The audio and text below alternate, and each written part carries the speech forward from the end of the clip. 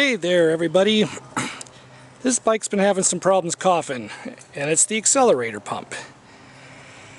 We're going to show you how to adjust a carburetor, specifically an S&S Super carburetor on an old shovel head today. If you look right there, there's 3 screws. That's the throttle stop on the far left. Right down there in the corner, that one right there that looks like an X is the mixture screw. And then if you can get in here and see this, where the heck is it? There's a screw right there. That is the accelerator pump.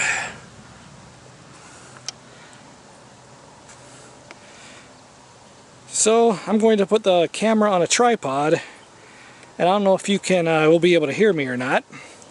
First thing we're going to do is set the mixture, make sure it's right, because these old bikes, they can vibrate and those screws can adjust quite a bit on you. Then what we do is we back it off to the idle changes, and then we count how many turns, usually half turns, until the other way, until the idle changes again, which is rigid in it. And then we count those turns, and then we go halfway, so it's right in the middle. Then the accelerator pump, we either have to advance it or one way or lower it the other while blipping the throttle until the little cough goes away. The throttle stop, all that does is adjust the idle. If I have to adjust that, I will. If I don't, I won't. Okay, we have ourselves a little homemade screwdriver. It's just a flathead with the handle's been ground down to clear the carburetor. This thing's going to be very loud, so I don't know if I'm going to have to talk over the video or not, but we're going to do things in the order that I did it. I said I was going to do. Let's turn the tickler on just to make sure. Need it.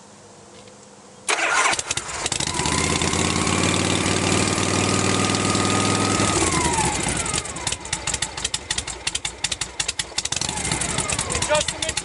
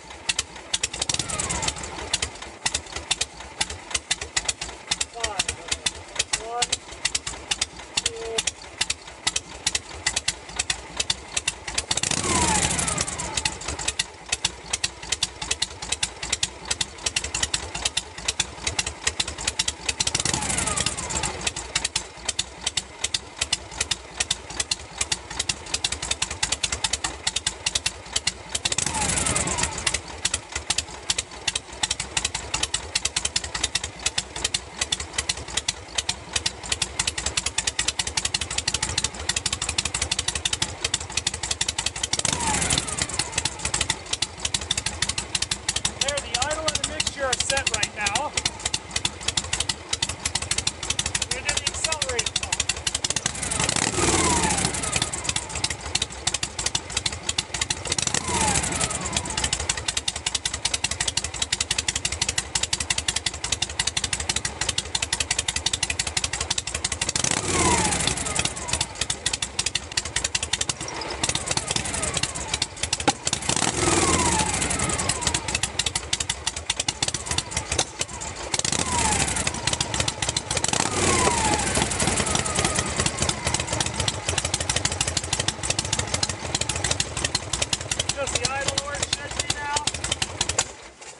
And then it dies.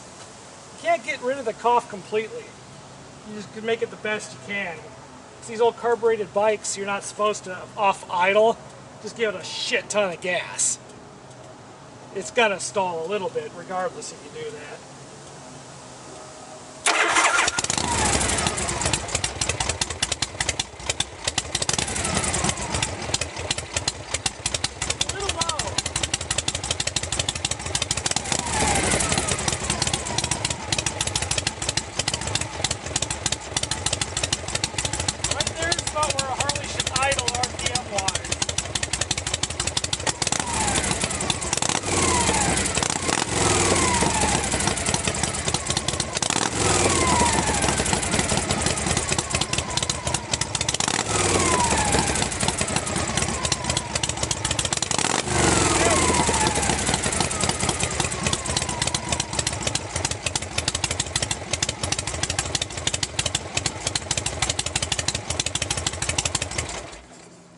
There we go. I'm sure the neighbors are tired of that by now.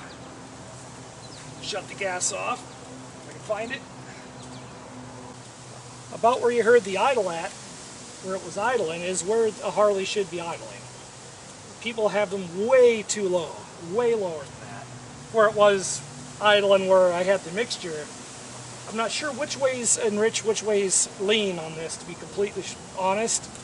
But one way is one way is the other. I believe clockwise is enriched because it started to speed up a little bit before it died. So that's the only thing I'm guessing at. We did that. We bumped the idle up just a little, set the mixture. We turned it forward till it stalled, and I turned it back till it started to die. It started to lean out. It stalls much quicker when you flood it. It's weird that way.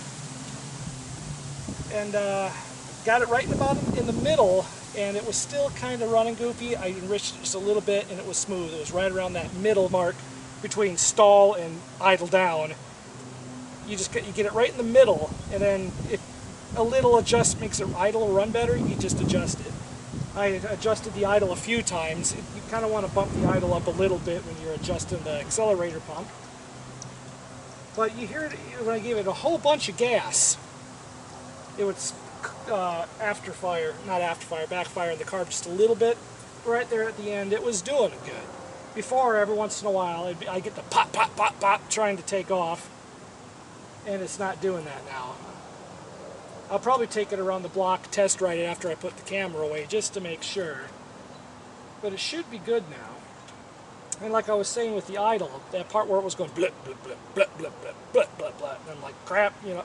A lot of people like to set their idles on Harleys at that RPM, and that's really bad for them. It creates way more vibration than you should have. You got the main bearings on the crankshaft, the journals. The constant speeding up and slowing down. You can fuck up rods in your crank. I don't know how many. It's very common for people to do that, and it's very hard on their motors. If your bike's just barely running, and I know a Harley sounds like it's barely running. You heard it at the right idle speed there. But if they're barely running, where they're like blah blah blah blah blah blah blah blah, you're gonna ruin your motor over time. And another thing is, these are air cooled. You can't do this all day. You can feel the heat coming off it. It's safe. I let it cool down before I did this. And it got a little better when the bike warmed up, but you can't just do this all day. You can't leave a air-cooled motorcycle sit and idle all day. It'll overheat. It can screw the motor up.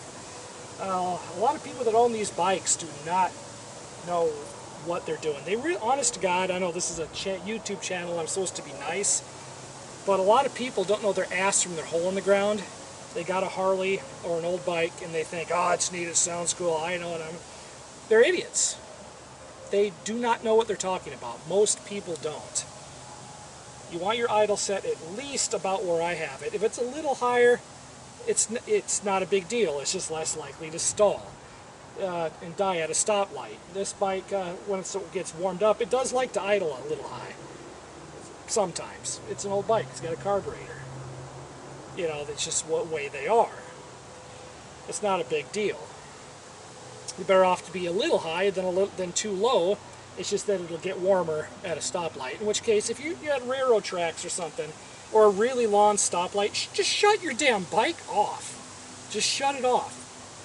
There's no reason to leave the thing idling. You can just shut it off, train goes by or whatever, turn it on, fire it up, and leave. That's all you got to do. They're air-cooled. So that's how you adjust a carburetor. And these things vibrate so much, I'm sure you saw the bike vibrating, that those screws will move over time, and you just have to adjust it. You got to check the oil every once in a while. These old shovel heads, they burn, what is it, like a half a quart every 3,000 miles or every oil change or something like that. It's just normal. Freshly rebuilt shovel head motor, no leaks, nothing wrong with it, pristine condition, will go through some oil. It's like, I think it's like half a quart every 3,000 miles or something like that. I'm not 100% sure. Especially if you have, no wait, that's primary oil, never mind. And all shovel heads do leak oil out of the primaries. This one doesn't because it's got a belt drive. That's that whining you were hearing. Nice thing. I'm glad this has that. But yeah, that's how you have to adjust it. You've got to take care of old carbureted vehicles. The truck behind the camera. Oh my God.